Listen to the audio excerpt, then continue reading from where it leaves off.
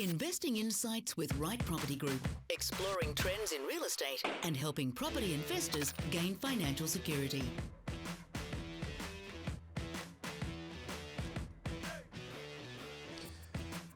Hey everybody, Steve Waters and Victor Kumar back again for another filmed version of the podcast Investing Insights. Thank you very much for the feedback too. It was awesome for those that watched it on YouTube.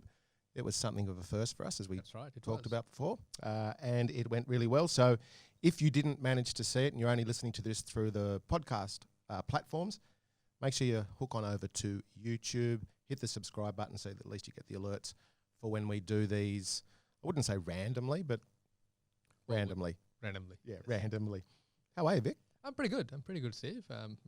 Like you said, the last time, the feedback was awesome. Of course, one of the things we would caution you is if you're watching this on YouTube, don't watch and drive. You need to listen to the audio version. Certainly the feedback was awesome. We'll try and make it even better this time around. So before coming on air, we were trying to decide what we want to talk about, because obviously these are not scripted. That's how we roll. What were we talking about? Just to highlight that point, I don't think we've ever done a scripted podcast ever, and that's the way we like it, because we just want it from the top of our mind. We might pick a subject with 30 seconds to go and make a few bullet points, but we're a big believer in just straight from the real head. life experience. Absolutely. And today we were deciding on a subject, actually, to be fair, 10 minutes beforehand, over smashed Avo. Your first? My first smashed Avo ever. Go. Yeah, about 6 years late. I know. Yeah. I'm a bit behind the times. But let me tell you, really disappointed. I don't see what the hype's about. It just wasn't my thing. But the subject that we've decided today, on the surface might sound fairly general, and that it's probably been done a million times through the interweb and by every Tom, Dick and Harry. But we'd like to dig a little deeper, and that subject is the mistakes that investors make. But deeper than that, the mistakes that cause the mistakes to begin with. Because we all know about the general mistakes, don't over leverage, make sure you're on top of everything, don't buy off the plan if that's the thing, and everything around it. But we thought we'd dig a little deeper, because those mistakes are usually caused by whether it be a lack of knowledge or information, and that's the mistake in itself. So today, we thought we did write down a few points, and we'll talk about those to begin with. And these are in no particular order, so it's not 10 to 1, one being the most important. These are just literally what we thought of and what we've experienced ourselves, because combined, we've got 40 odd years of doing this. Easily. I don't think I should have said that, actually. That didn't sound good, but a long time of experience. We've surrounded ourselves with people that even have more experience than us. And the mistakes that we'll talk about today, I would nearly guarantee that every investor that's been doing it for a long time have made at least one of these mistakes, if not all of them. Yeah, absolutely. Including us. Yep. So let's kick it off. And the first one I've written down, which is, I believe, just a fundamental misunderstanding, or it's something that's parked aside and people don't think about it at all, is their relationship with debt. Because that's the finance is it's a game of finance. Yeah, it's a game of finance, and when there's finance, there's debt. And unfortunately, it's the biggest thing that stops them. Like, you think about, if I take myself, when I first started investing, I probably wouldn't have done it if I didn't get my head around debt and understanding the difference between productive and non-productive debt and where that could take me in either version. Yes. So productive debt being something that grows in value. Unproductive debt might mean a car financed. Don't go there. A boat, a credit card if you don't keep a tight grip of it, and the like. So having a really clear understanding of debt can stop you, it could hinder you, or it actually could propel you. Absolutely. And with the debt itself, there's a lot of cultural bias to it as well, depending on where you've come from, what's your background, how you were raised by your parents has got a very strong good point. Very strong impact, right? But I think one of the biggest thing that we really need to make sure that we don't fall into the trap of is wearing debt as a badge of honor. To say, I owe 10 million, I owe 1 million. It's not, in my mind, it's not the number of zeros that's important. It is how many dollars per week you need to hold those number of zeros. Yeah, how productive are the zeros? That's right. Yeah, and it's actually a good point. It's not how much debt you're in and if you've got your head around it. And the reason I say that is because I was talking to a rather large investor not long ago, literally a couple of days ago, and he wore it as a badge of honor, saying, well, I've got $18 million in debt worth of debt. Now, there are probably some people that are listening right now saying, holy crap, like that's a lot of debt. And there might be some people that are saying, yeah, okay, I get it. But this particular guy was, when I say proud, he was proud because not that it meant that he controlled an asset base of X, but his theory was that, well, inflation will kick in and the more debt I hold, leverage, yada, yada, yada, that one day it'll be worth a lot more than the debt. Yeah. Now, that's a badge of honor position as opposed to actually potentially really understanding the consequence or the upside, because there is upside and downside of debt.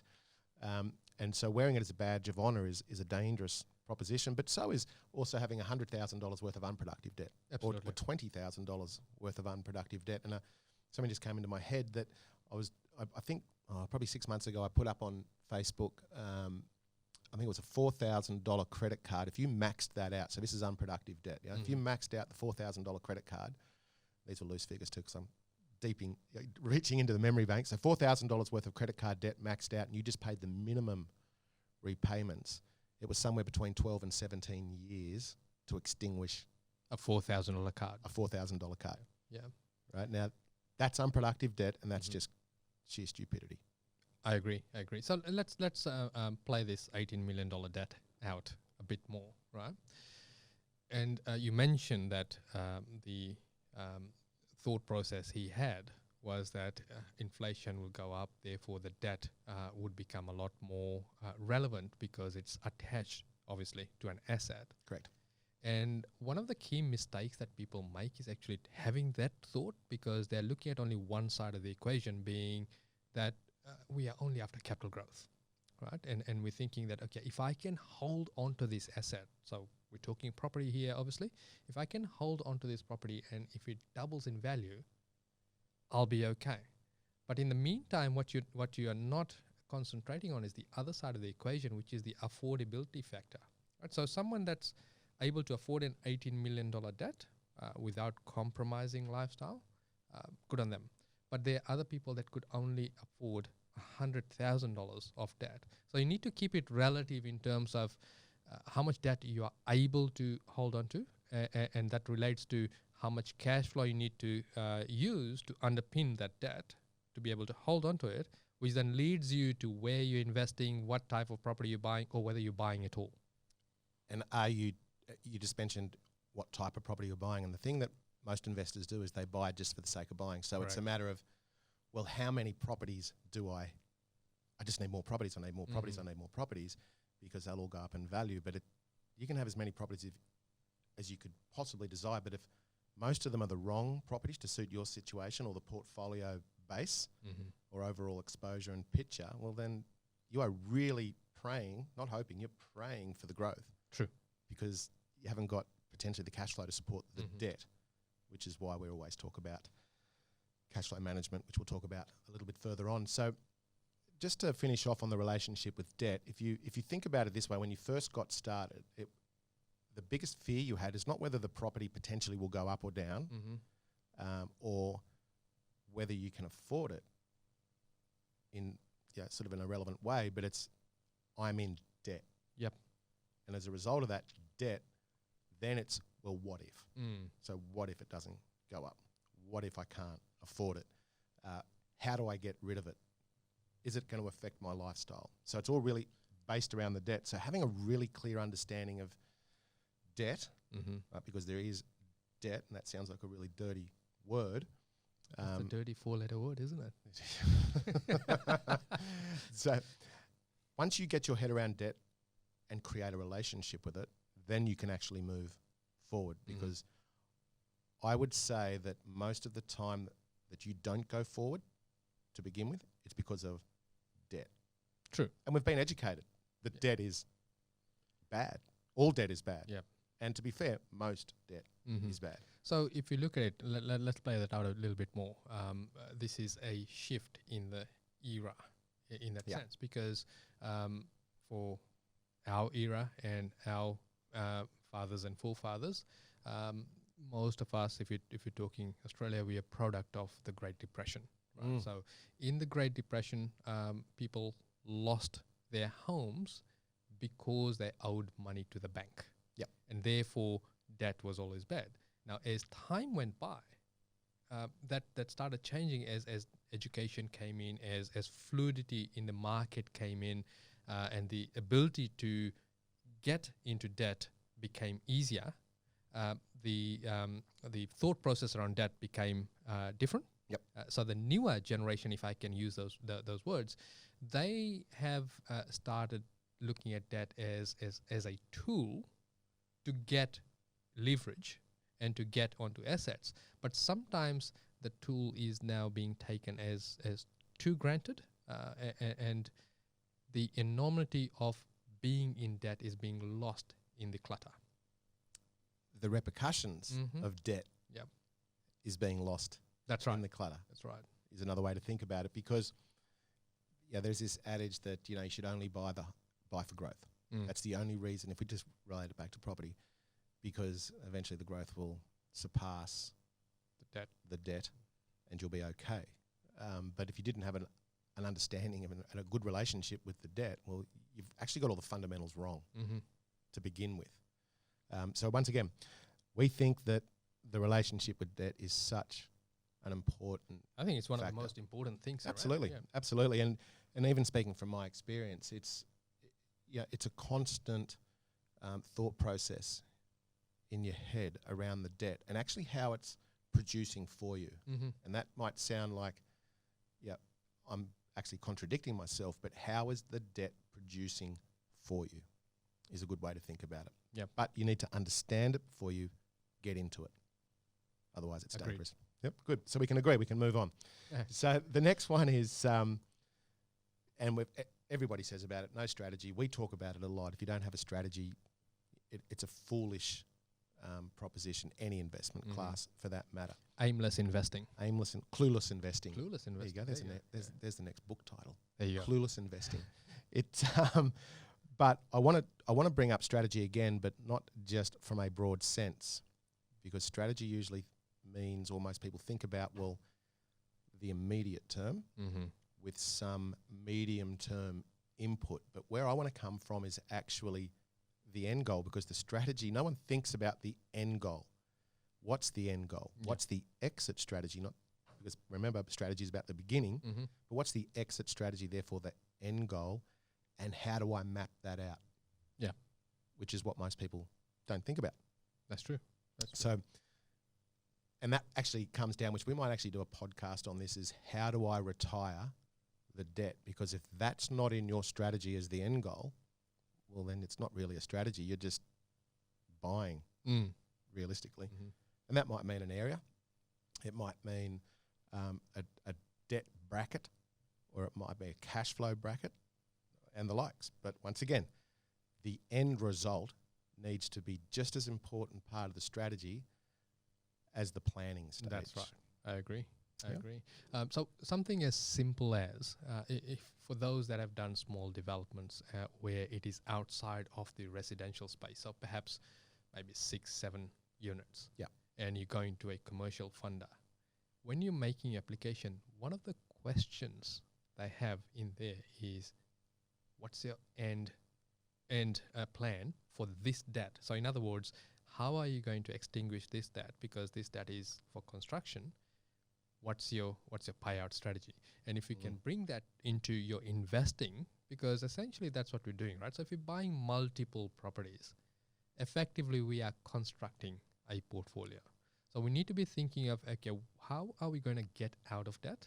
And what are the strategies we need to implement? Because the strategies that you implement way down in the future the play needs to start now for that, right? It's as simple as that. So I think that's a full podcast in itself, and we might do that. I think we'll do that as the next one, the next film version. And you just mentioned something there which just made me think of something else. So when we're purchasing property, and let's just say it's residential property for the most, you actually should apply a commercial mindset to it, so that, because with a commercial mindset or with a commercial arrangement or anything, there's always an end result. Now, think about a car lease. There's an end result. There's a time period, and then what are you going to do after that time period? That's right. Whether it's a balloon payment, you're going to refinance that, or it's actually going to pay out at that time. Refinance it, or whatever it may be. Or sell it, or whatever it may be. So having the commercial mindset will absolutely pay dividends for you in the long term, as long as you begin with that commercial mindset with the end in sight. Yep. So we'll do a full 40-minute podcast video on that particular subject, on how do we retire debt. And because I think it's that important. Yeah, it is really important. That's something that people don't look at on the outset. They look at it towards the tail end of it. Exactly. Yeah, and nobody seems to want to talk about it. Yep. Like, buy all the properties, and we'll advise you accordingly. Or even if you don't get advice, you just go out and buy that. And then what happens? Then what happens? Yeah. Okay. You hope. Yeah. That's what the normal thing or the normal strategy is. And I think the next one for me, which really leads into, or it's a part of debt, is actually tax. Now, we've often said that it's very few and far between people that create or run a wealth creation strategy alongside a tax minimization strategy that is successful. Yeah, if you're a packer, hope he's not listening. It's chances. Yeah, maybe that might work for you, but for the majority of people, trying to run a congruent strategy of those two is fraught with danger. Now, that might be something as simple as, and this is where we get back to perhaps from an overall picture, the accountant says, I should. Nothing against accountants. We're just being general. You've paid too much tax, Vic, which is a good thing, because if you're paying tax, you're making money, in a holistic point of view. But now we've got to eradicate it. So go buy some assets that are essentially losing you money so that you can claw back some. Now, I'm not trying to emphasize that you should only buy positive cash flow properties, because I actually don't believe that. Unlike others, there should be a balance. But you shouldn't be trying, tax minimization should be the last thing that you're thinking of when it comes to creating a portfolio, because at the end of the day, it's only a moment in time. Correct. Yep. But most people don't see it. They just, I'm getting $40 a week back per property. You should buy new, or whatever. So it comes back to the quality of the question that you're asking in this scenario. And of course, an accountant usually is focused on minimizing your tax. That's their job. That's their job. Yeah. So therefore, they're coming in purely from a tax minimization point of view. The wealth creation is more incidental. Yeah. Right. Now, if you flip that around and looked at wealth creation and income stream,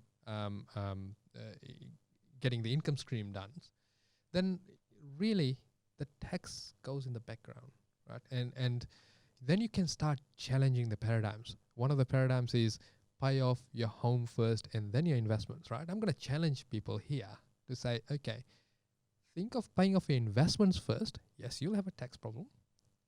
Think of paying your investments first and then paying off your home. I wonder how life would look then, because you've got an income stream coming in, which you don't have to work for. Yes, you're paying tax. It's like having a second job. Then you can pay off your home. Whereas if you paid off your home first, you haven't unencumbered the income stream. So I'm trying to add a layer of thinking differently, because the norm out there has always been tax minimization. How can I get a tax deduction?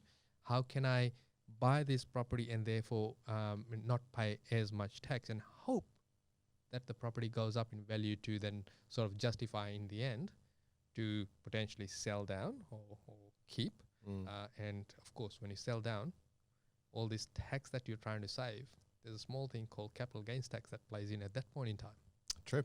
And I think that's a very good way to look at it. And it is different for everybody, just as that general disclaimer, and that you should speak to your accountant. However, challenging just the norm Yes. could actually pay dividends. And it might be that particular point or a different point. Mhm. Just don't think that what worked yesterday and 20 years ago and 50 years ago is always going to be as effective as something that potentially is new or different. Agree. Surround yourself with a team Yep. is the bottom line. All right. The next one for me is thinking that the sun will always shine. That's deep. Very deep for you, It's- Steve. Now, what I actually mean by that is people, they don't prepare. Mm-hmm.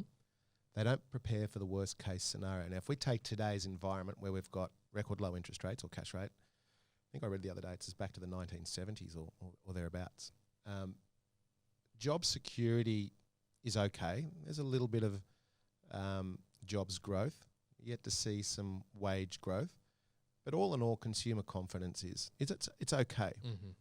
And people may very quickly fall into the trap of thinking, well, this is the new norm forever and ever, amen, and that they start to tuck or even not think about what could go wrong in the future. Now, the future is a really subjective statement because the future might be tomorrow.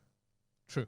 Or the future might be in 15 years' time. So thinking the sun will always shine is actually thinking that nothing will ever change and it's as good as it gets now, potentially better.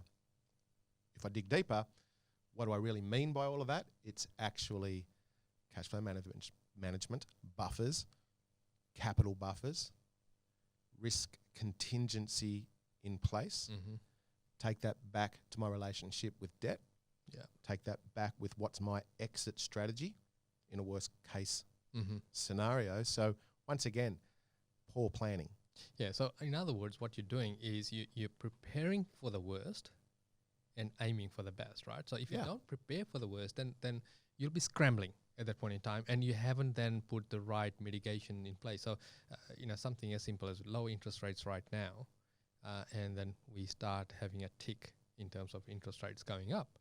How does that look in your portfolio in particular with the cash flow? And secondly, in terms of being able to get finance and restructuring your mortgages?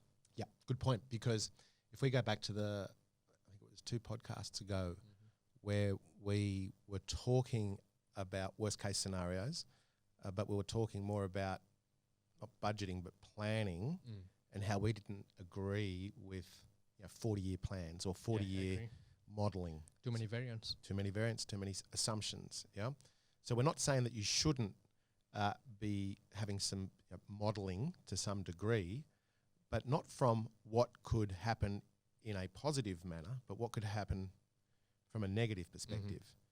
Because at the end of the day, it's around cash flow. That is around cash flow. If you've got the debt, you need the cash flow to support it.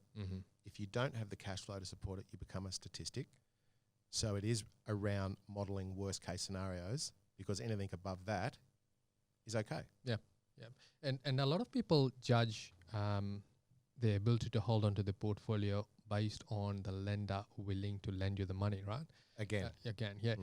Now, when you're looking at that, obviously the lender's looking at it from a snapshot. Only you know your true 100% expenses, and what's coming up in the next couple of months, couple of years, with what you've got planned, whether it's an addition to the family, whether it's a change of job or sabbatical. Yeah, that's right.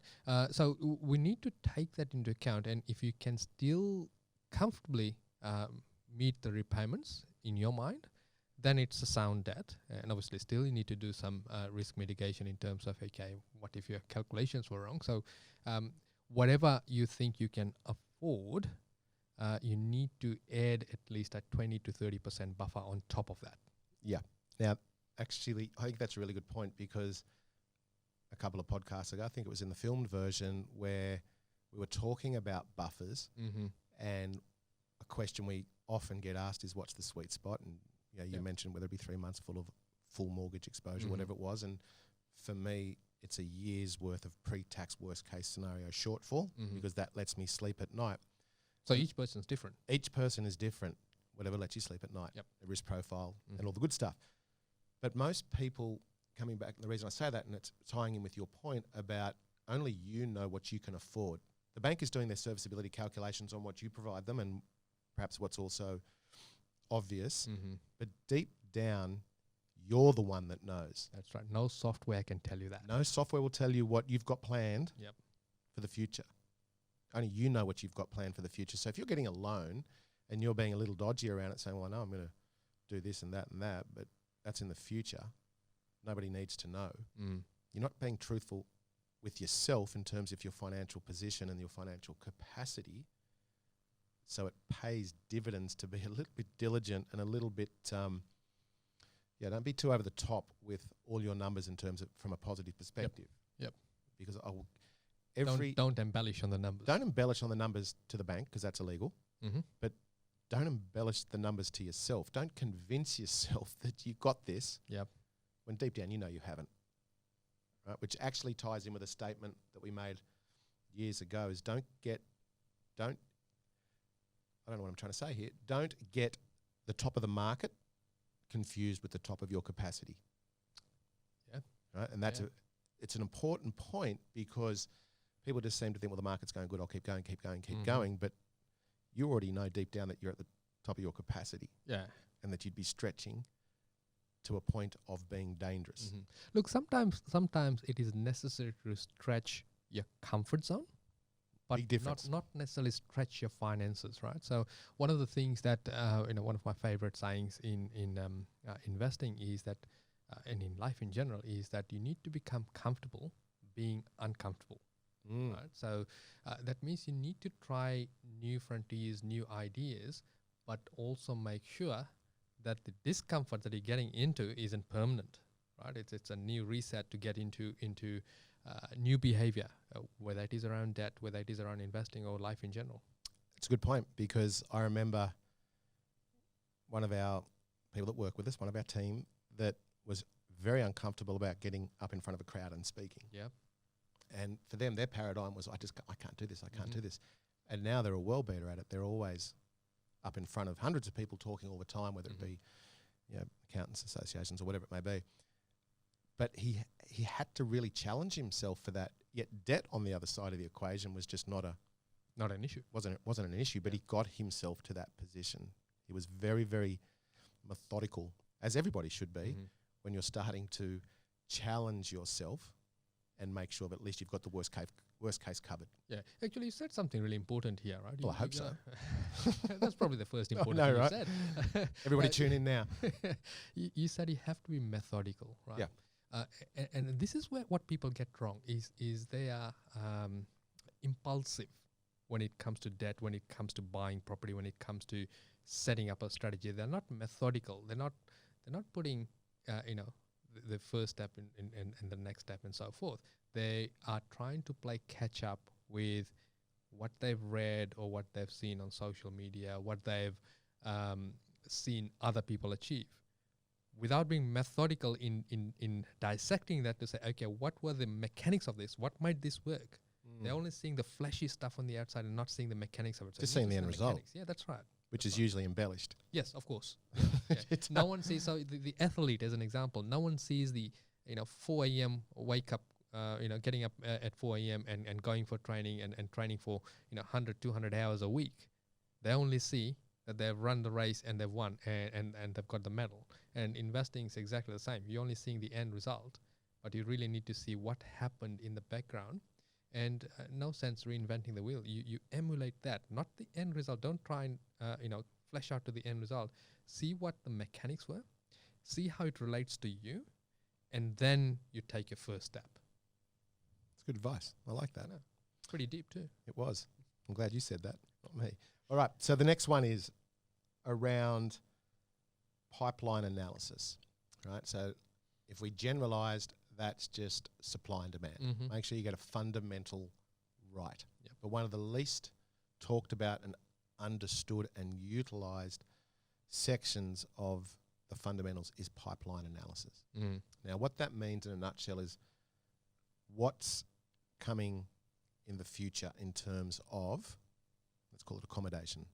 So houses, properties, units, whatever it may be. So what could be a good investment today because it's undersupplied for whatever the reason, may have 100,000 new dwellings that are in their, I think we mentioned this before, their feasibility stage Yep. or their tender stage, which are going to be constructed and will come to fruition in 18 months' time. So what's turned into potentially, or on the surface, a good investment is really only a good investment for the short term, and then you might actually find yourself in a negative equity position over time for a long time, or even worse, in a cash flow position that is half of what it was before. And I said worse, and I said cash flow worse position than the equity position, because the equity position, hopefully, if you bought with some fundamentals in place, will actually catch itself up. It will get better.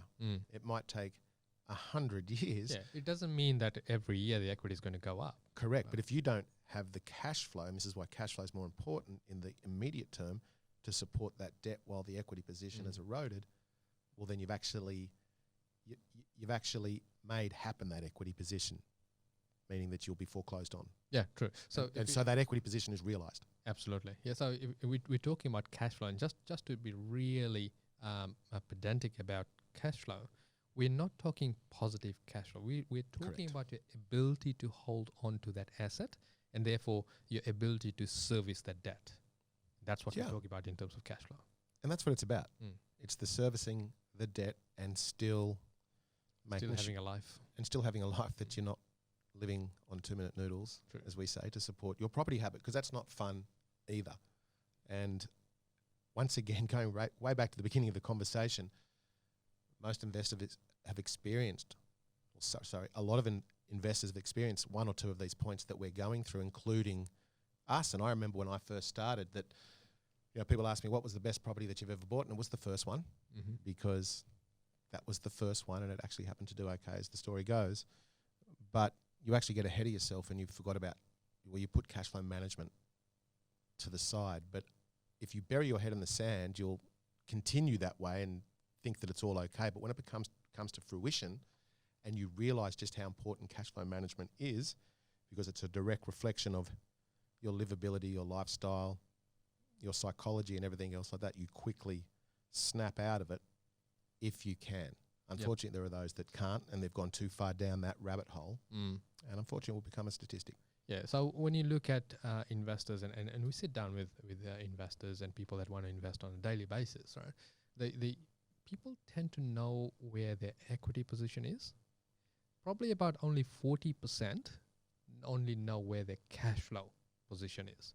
Sad truth. Yeah, and really, when you really look at it, someone needs to be able to wake you up at 2 a.m. and say, what's your negative cash flow, or how much does your portfolio cost? And you should be able to tell that number on a weekly basis. So Victor's mobile number is ring him up at 2. I won't do it. It's but that's a good point. And all that is really a consequence of what's in the pipeline, because that's supply and demand, that's cash flow, that's the equity position, and so on. So pipeline analysis is something that we concentrate on immensely. And what we mean by that is how much is due to be built in an area. Or pipeline analysis might be how much is the population going to expand or contract in an area. We're looking for the future fundamentals today. And what's going to affect it. So pipeline analysis, remember that one. It's a big part of the end result. If you look at it, and the reason why we actually look at the pipeline analysis and see it as one of the most important elements of investing, is that your first 2 to 3 years of buying an investment property is your bedding down of that property. And if we know clearly that you're going to get some issues with oversupply in that period, we can mitigate that risk. Good point. So the fundamentals may be okay. So we know that for the first 3 years we're going to have a smooth run, and then we may hit a hiccup in the 4th year in terms of the rent. So maybe the rents come back $30 a week at that point in time, because this properties that are being built will be built by then. So we need to make sure that we're doing the sums in terms of holding the property at that less $30 less rental income, not the current income that we've got. And if it still works and it still fits into your portfolio, that's when we buy. Correct. So we're forecasting. The fortune tellers. the murky crystal ball. So that then really brings me to the next mistake most people, everyone at one stage or another makes, is not understanding the difference between cash flow and cash flow management. Mm. Right? It's a big difference. Most people think, well, I'll just go out and buy cash flow properties. Yep. Versus cash flow management. And I want to give you an example. Probably the worst investment I have ever seen from a client that came to us and said, look, this is what we already have. And we were analysing the portfolio, and this is the worst investment I've ever seen. I think I already know which one you're talking about. I don't remember the numbers, and I probably should because it was just so horrific. They bought they were, I don't know, they're late 50s, early 60s, and the advisor said to them, look, buy this property up in, I think it was far north Queensland, cash unencumbered. Don't worry about getting a debt because the yield, I think it was 14% or thereabouts, yeah? So it's a small purchase, buy it, no debt, and that will supply you an income. When we did the analysis on it, so that's cash flow, 14% yield, and unencumbered debt yield. When we actually did the analysis, the property was losing money every week, even though it had no debt attached to it, because all the auxiliary expenses attached to it, strata, council rates, R&M, repairs and maintenance and the like, was actually losing them $30 a week, even though it had no debt on it. No debt attached to it. Now, the property was a serviced apartment in a retirement village on the coast of far north Queensland. So to me, there's a few fundamental areas there to begin with in terms of the location, the asset selection, but then clearly not doing the numbers before you put pen to paper. That's right. To realise what the cash flow management scenario of the property versus the cash flow. Yeah, and I think the scenario goes a little bit deeper in the sense that it was also now in negative equity as well. Oh, correct. Yeah, so they couldn't get rid of it either.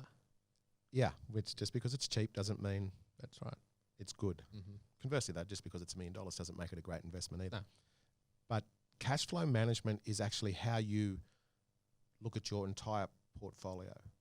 What's the bottom line? And we mentioned this earlier on about every property needs to be a deliberate purchase within the portfolio. It needs to have a plan for the property which has a direct result to the portfolio. Now, that might look like you've got a few higher equity or higher capital growth properties here, but they've got horrific yields and we need to underpin the cash flow.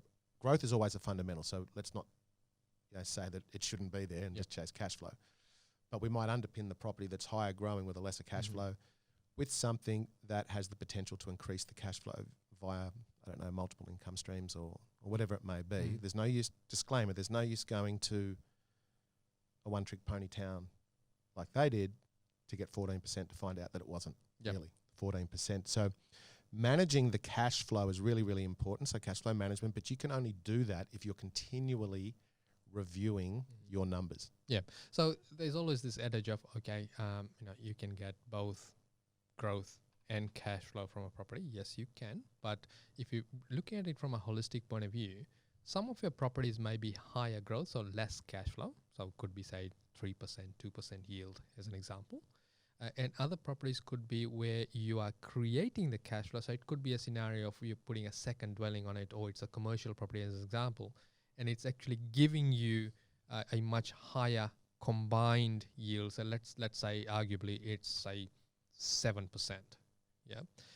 When you look at it from a holistic point of view, you are then complementing each property with the other. So you're pigeon pairing them together so that one's providing the growth and the other property is providing the cash flow to help hold on to the growth so that it's not impacting on lifestyle so that you can continue building your portfolio. So it's like a jigsaw puzzle, right? So you know your end picture.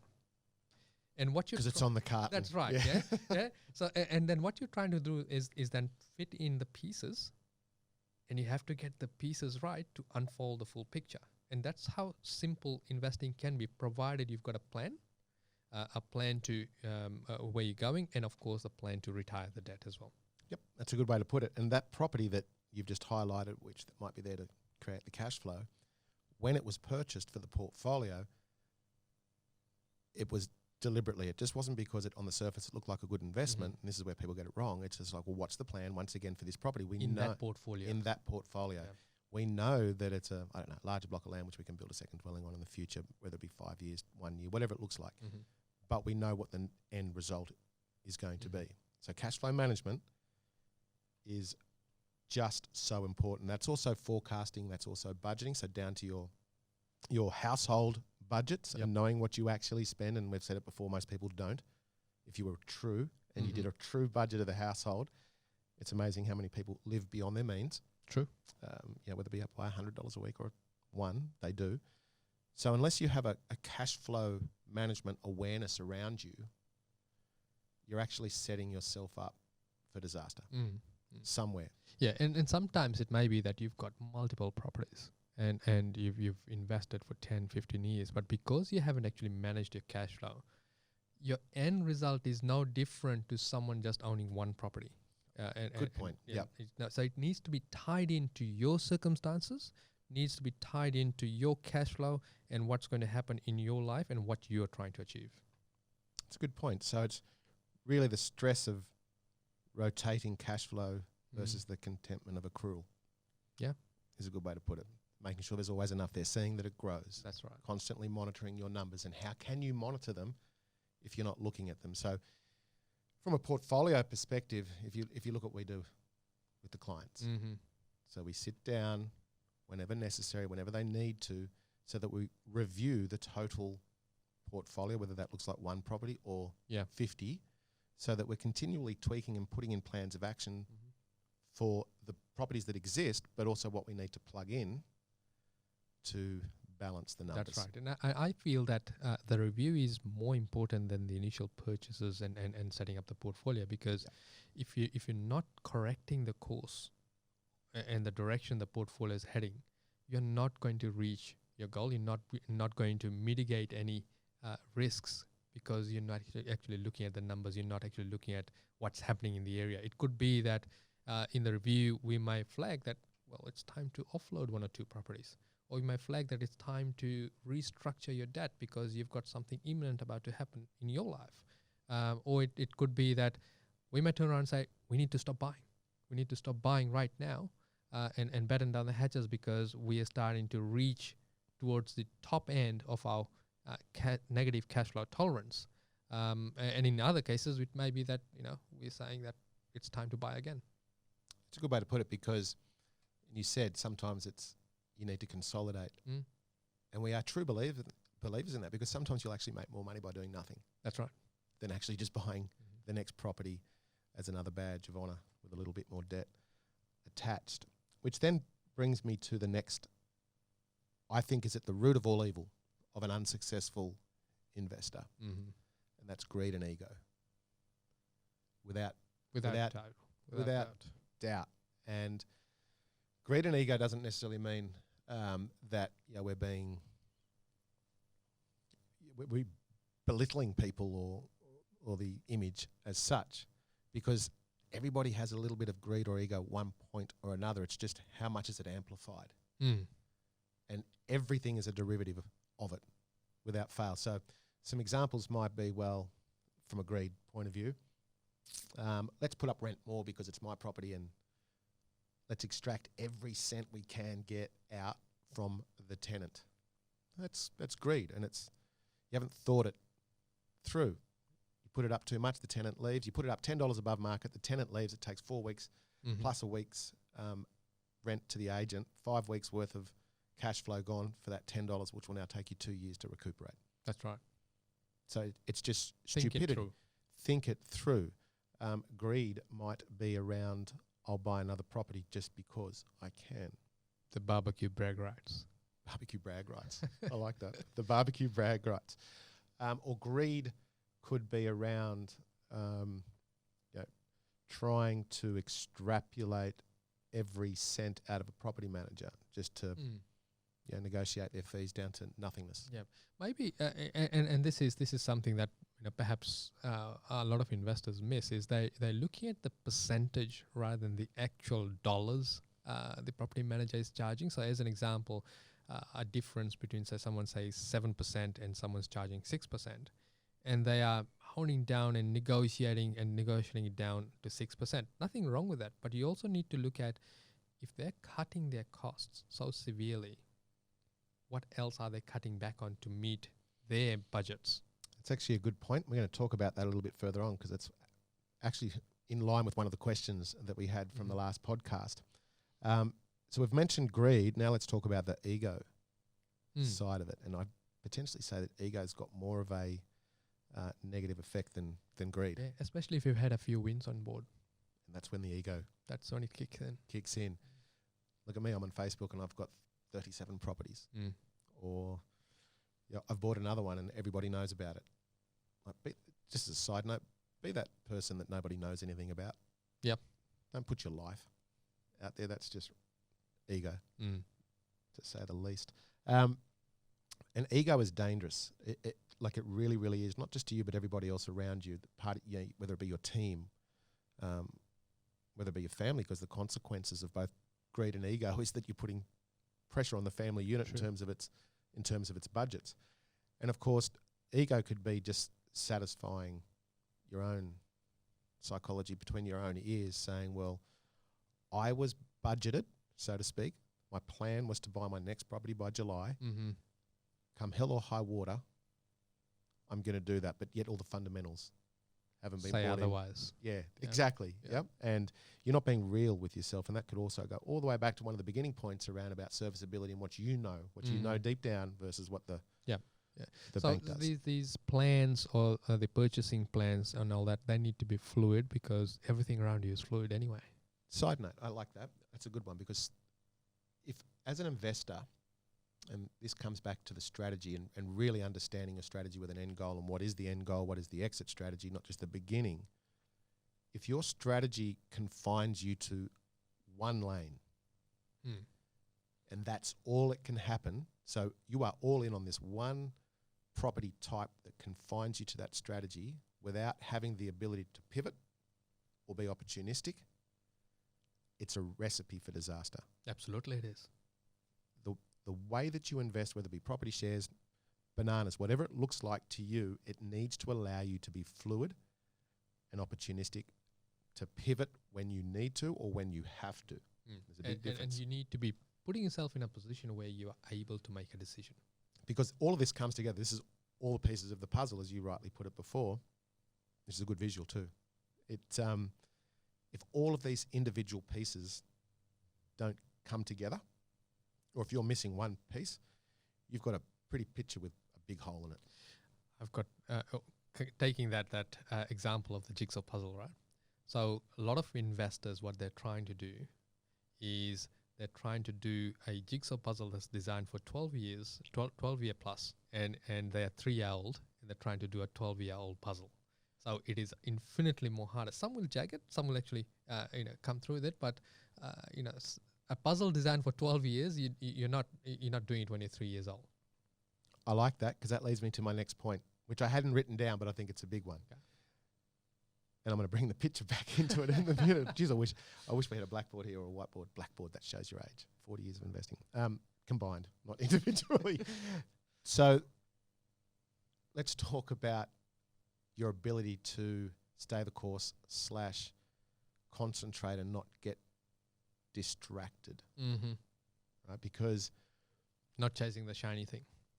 But even worse is actually not even being involved. And what I mean by that is, and you can see it in almost 90% of paraphernalia about investing, is passive.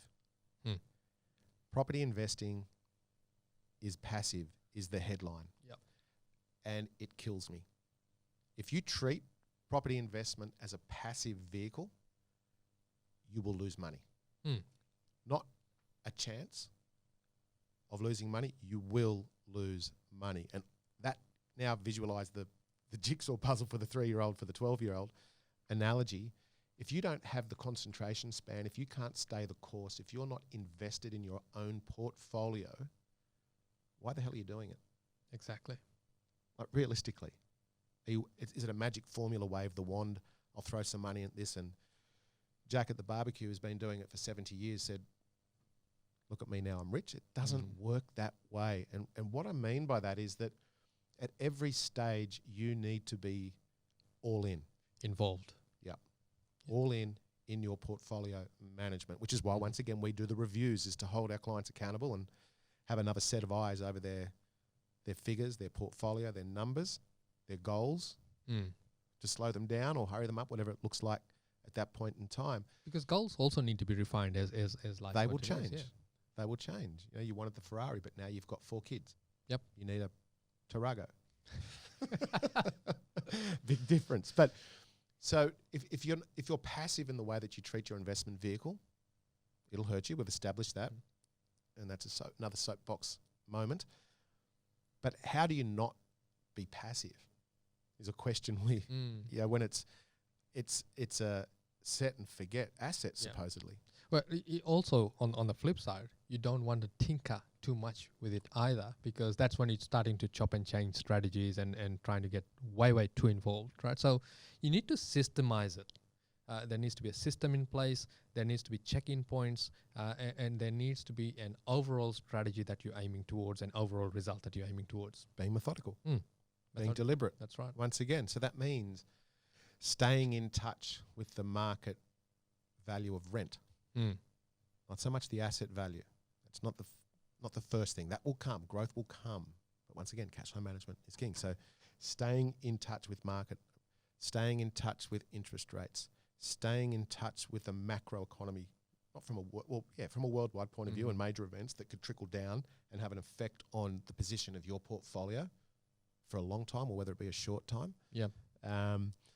Being in touch or even step backwards, creating relationships with or creating a team of people around you. Now, we've mentioned it before, the team could be accountants, brokers, advisors, buyers, agents, painters, plumbers, whatever, property managers, and everybody in between.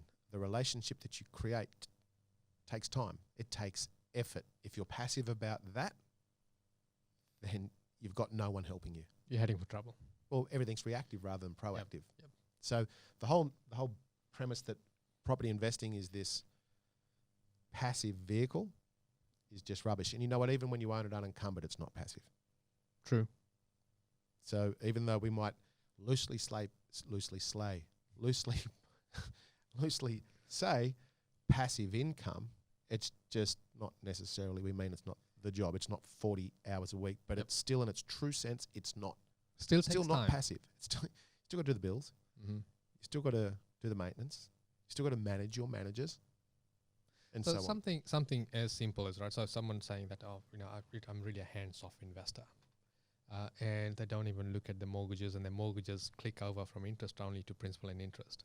So if I look at one of my properties in my portfolio, it clicked over from 3.5% interest only to their standard variable rate P&I, which is 5.07. Now, if I were a hands-off investor and looked at it as passive and it'll look after itself, I'm already paying too much for this property now. Already paying too much in terms of the loan, right? So that's what we mean by being involved, being vested in the result, being vested in the performance of your portfolio, and making sure that you are steering the ship, because no one else can steer it better than you, because you know what's coming up in the horizon in your personal circumstances. You know what your household budget is. You know how regular the rental income is from this property, so long as you have a finger on the pulse. You need a co-captain. Yes. It's a good way to put it. So utilize those people that are around you, and if you haven't got them, find them. Because the days are long, but the years are short. Another deep comment. I know, it's pretty good. Now, we're quickly running out of time. So there is probably half a dozen really good reasons as to why the general mistakes are made as investors. And once again, we're guilty of a lot of these at one stage or another, whether it be for 5 minutes or... So you are the one with the Ferrari? Never. You know, I'm not a car person. I really couldn't care. How's the new car going? I haven't got one. I thought you were going to buy one. Yeah, but it's a Tarago. No. For the listeners, Steve's been buying a new car for the last 3 years, and he still hasn't made a decision. He still hasn't taken the first step. Every now and then he logs onto car sales or goes onto the new, looks at the new car, but nah. Do you know what? Not buying it. Cash flow management? No. Well, it is. No, it's not. It's just I am a procrastinator. Yeah. Like I am, but I'll buy a property in about 37 seconds because that's what I do every day. And as you were saying that, Steve's going to be buying a car for 3 years. I've got Brad Beer in my ear who says exactly the same thing. You were going to do this 3 years ago. case you're listening, Brad, you're a good guy. All right, so let's finish off with a question from the last podcast, and I'm going to read it out. So the question is from Jason M. in Victoria. Hi, guys. Love the podcast and especially the last filmed version. Thumbs up.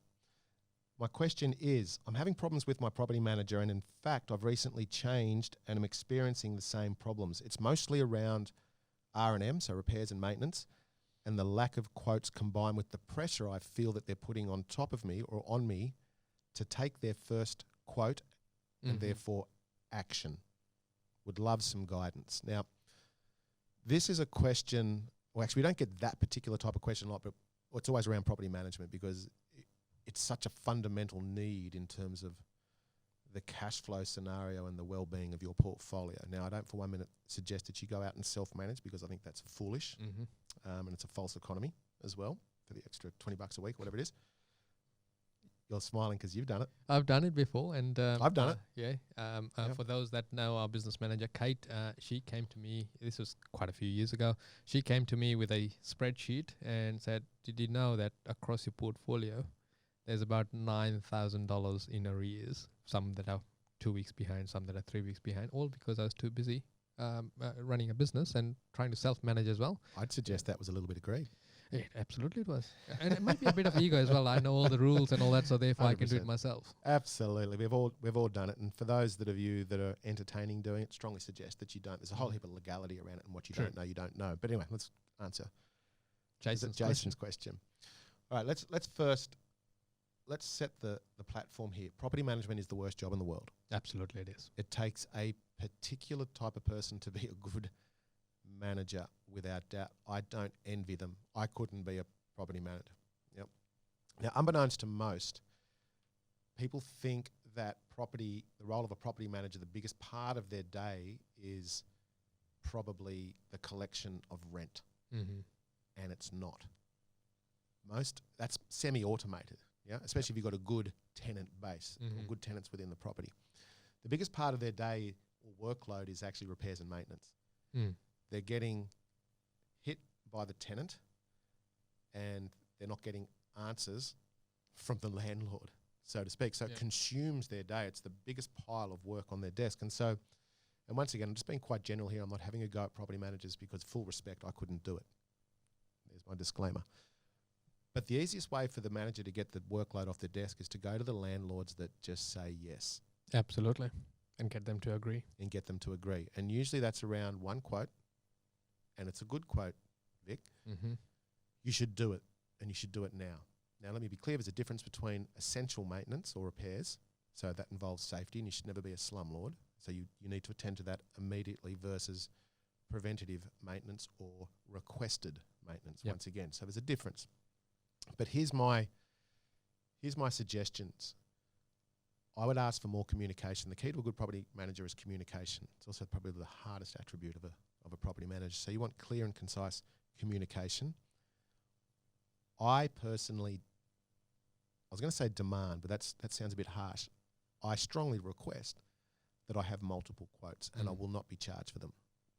That's just not it. Unless, of course, I know the quote's cheap to begin with. But I want multiple quotes. I want evidence. So I want photographic, or if it needs to be a phone video or whatever it may look like to really paint me a picture, so to speak. I want that so that I can make informed decisions. At the end of the day, the property manager works for you as the landlord. You pay the fee to have your property managed. I would suggest never feel like you're being bullied into a position where you just need to do it or they're doing you a favour. Now, once again, respect to property managers, but there are some not so good property managers out there. So never feel bullied. Ask for multiple quotes and lean on the people that you know. So once again, if I bring it back to us and our portfolio managers, our clients can ring them up and say, "Hey, what do you think of this quote?" Or "Here's a request. Can you give me some guidance on that?" Because you don't know what you don't know, especially if you're just beginning and you've got maybe one or two properties. And state by state is different as well. Very different. And also the cycle in that state very much so dictates the pricing. It is. So it's a tough one, Jason. Maybe go into it with your eyes wide open. When you interview property managers, other than looking at their fees and charges, going back to your earlier point, Vic, about a couple of dollars here or there, whilst a couple of dollars does matter, especially over multiple properties over multiple weeks, don't be the person where you screw a property manager down too much on terms of price, because they will give more attention to the landlord that's actually paying a fair price in terms of their fees and charges. You pay half the price, you get half the service. And be respectful. Absolutely. It's give and take. Respect is key. Communication is key. And the relationship that you have with the property manager is key as well. Yeah. So just to put it in perspective, the property manager manages your property. You manage the property manager. It's not passive, is it? It's not. Once again. Yeah. All right. Hope that answered it for you, Jason. There it is, guys and girls. Another filmed version of Investing Insights. Hope you enjoyed it. Feel free to go to the YouTube channel. Make sure you subscribe so you get the alerts. If you like it, give us a thumbs up. If you don't like it, give us a thumbs down. Happy to see that too. Well, I'm not, but I still want to know. If you're listening to it on the podcast platforms, make sure you give us a rating. It means a lot to us and helps us stay engaged and enjoy what we're doing, of course. So until next time, we'll see you in the next podcast. The information featured in this podcast is general in nature, does not take into consideration your financial situation or individual needs, and should not be relied upon. Before making any investment, insurance, tax, property, or financial planning decision, you should consult a licensed professional who can advise whether your decision is appropriate for you.